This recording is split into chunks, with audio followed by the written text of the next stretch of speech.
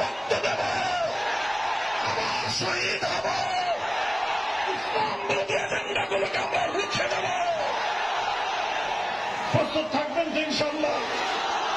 আমাদের চূড়ান্ত সফলতা, চূড়ান্ত গন্তব্য আল্লাহর জমিনে আল্লাহর খেলাফত কায়েম করা, মানব রচিত তন্ত্রমন্ত্রের জাতকল থেকে দেশ জাতিকে মুক্ত করে আল্লাহর জমিনে আল্লাহর প্রদত্ত রাজনৈতিক বন্দোবস্ত খেলাফতের ব্যবস্থা বাস্তবায়ন করবার জন্য আমাদের সংগ্রামকে আমরা অব্যাহত রাখবো ইনশাআল্লাহ।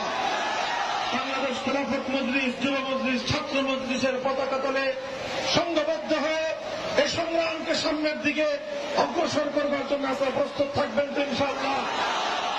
ইনশাআল্লাহ আমরা আছি আপনাদের সাথে। দেখা হবে রাজপথে, কথা হবে স্লোগানে ইনশাআল্লাহ। খোদার আকাশ, খোদার জমিন,